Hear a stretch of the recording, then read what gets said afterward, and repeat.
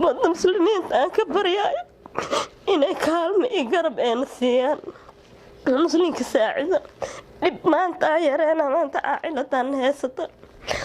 qofka maanta u ordaay aabi u ordaay ma joogo ma jiro wax ka xanuun badan marka caruurtaada ay kugu hor dhibaataysan yihiin oo aadan waxba u qaban karin qoyskan xaaladoodu waxay tahay mid aad u murugsan sida kelmadu macno u leedahay kuwaasoo u baahan garab istaaga dadkooda Soomaaliyeed iyo muxsiniinta muslimiinta iyo Sacdiyo Maxamed Axmed oo hooyo 3 caruur leh kuna nool magaalada Jidda ee dalka Sacuudiga hooyadan caruurtoodu dhamaantood way wada xanuunsan yihiin isla markaana qaarkood waxay qabaan xanuuno halis ah hooyo Sacdiyo iyadoo lafsadeeda xanuunsanaya xundurtii banaanka kaga soo baxday taasoo loo sheegay in qaliin ay u baahan tahay balse qarashaadka qaliinka aysan awoodin sidoo kale canugeeda Ilyas ayaa mid isagu baan istaagi karin oo lafdhabarta qaloocu kaga jiro qaliina u baahan hadii uusan xiran qalabkan miisaankiisa ayaa lumaya istaaga ayuuna ka dhacaya sidoo kale ma awoodo xitaa inuu laaco shay hoostiisa yaala soonkan waxa waaye wali soo qale tiktok ay soo qale يعني بدون لازم منعيش هدي قشطة توازن كي وتوازنية هدي إسكسي خلاص واقع متككل ما يسنعك لو الدقيقة دي سنة خلاص واقع دقيقة يوم مجيفك يو وحا خالة مكي وحا يقع مسوخالك لوكتيوك سوخالة إما أريكا فيصل عاوil أحمد وعنق أرق النافكا oo ay dhashay hooyo Sacdiyo oo u baahan caafimaad halka Maxamed Yare oo canuga ugu yar saddexdoodu dhimirka u laayahay hooyo Sacdiyo oo ahayd qofkii kaliya ee caruurtan u dhaqdhaqaaqaysay maadaama aabahoodu ku sugan yahay dalkiisa hooyo Soomaaliya sida inoo sheegtay waxaana ay ka warbixinaysaa xaaladda caafimaad ee caruurtan iyo dhaqaatiirtii ay u tagtay waxay kala kulantay السلام عليكم ورحمة الله وبركاته وعليكم السلام يا أمة الصومالية قيمها إخايا المال بيجوغان وحنا هوي عروق حنوسين إذا حنوسن يعني أبوه نوجوغين حنون كنا شألين وحن طبعا وخبنا آوين كي عروق طبعا يعني ظروف جري أوجود saas darteed umada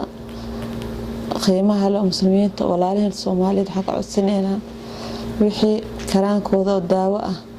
ee ku tari karaan ilmahaas xanuunsan oo aad ay si kala dhiban yihiin mid u sujuudi kara xitaa salaad wax ka dhac soo qabsan karin anigi hooyadood xanuunsan yani adana bardu i xirnaysoon aan shaqeyn karin aniga xitaa oo aniga aan gaadiid u shaqeynaaye الحمد لله وحو إلهي كان لكم الدعوة وأمر إلهي كان وحي كرانكينا وكتري كرتان عروض تصحى نوصن دانك وحال لها فتاك وحدونت أصاب بحضو ماشي لك أصاب بحضو واللي يروح أباهنتهي إن ماشي لك أليه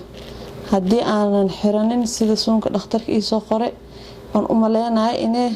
علوش نبقى إيسو دعيسو dantina ay keeneen inaan meel iska fariisto oo caruurtii qaarna xanuunsan yihiin yani aboodan uu maqan yahay alxamdulillaah cidna u maqneen oo ilaahay u maqan yahay saas darteed waxaan ka codsan lahayn waxaan hadda maanta waxaan codsanayno daawo ahayn ma laha risiqa ilaahay waagi bariya waa la helaa alxamdulillaah wax ilaahay qoro lama waayo alxamdulillaah laakiin ugu darana waxay tahay xanuun waagi bariyaba nooc jadiid la soo baxayo nooc kii hore ka sii xanuun bad aniga iyo caruurtaba saas darteed ilaahay iyo waxaan ka rajeynaynaa caafimaad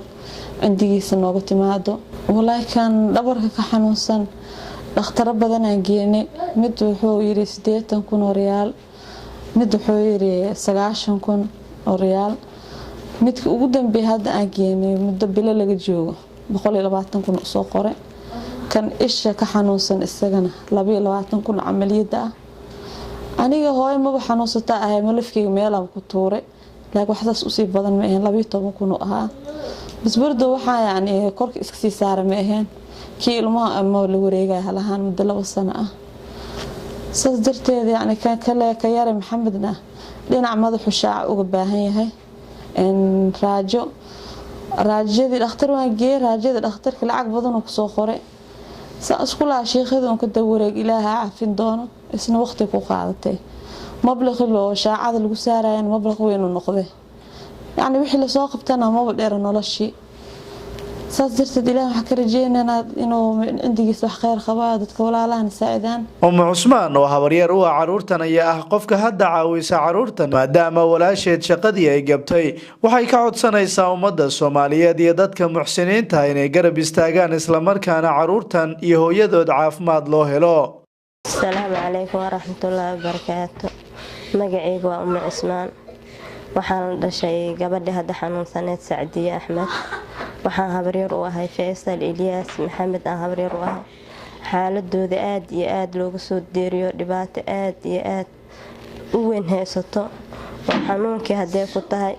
arsaaqada hadee ku tahay dhib aad u yareen haysto magaaladan ku noolnahay waa Sacuudi Carabiya gaar ahaan Jidda misla Yemeniyan ku noolnahay dhibaatada maanta aad iyo aad ugu weyn haysato waxa ay gabadhi guriga hooyada u eed oo maanta xanuunsan banaanka kama soo shaqeysan karto hadii banaanka soo shaqeysan leed nolol maalimoodkooda waxay soo dhicin leed banaanka waxba kama keeni karto ma soo shaqeyn karto wiilkii kale sidoo kale caafimaadkiisa aad iyo aad oo maanta u daran yahay u dhibaato badan yahay Ilyas ma wax ma soo qaadan karo wax walba uu sameeyay maanta aad iyo aad ay dhib ugu tahay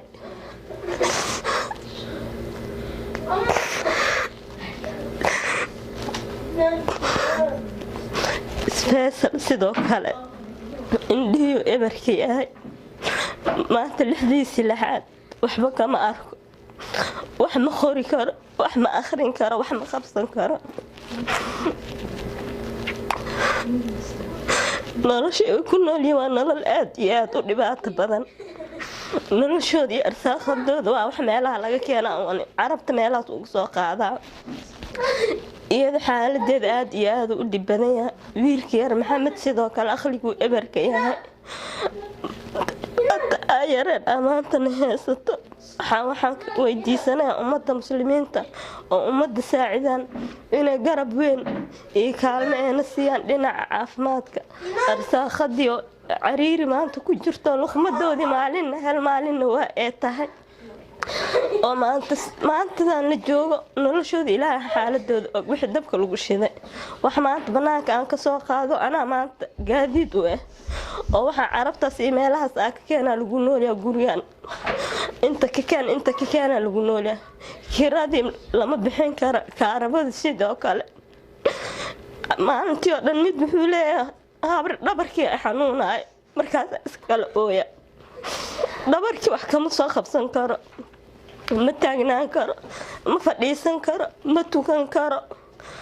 marna aad iyo aad dhib u tahay wiilka kale Faysal sidoo kale indhii wax kama arko marmar habeenkii markuu musqusha soo bax ilaa la wada maan musqushi ma aadi karo indhii waxba kama arko Maxamed sidoo kale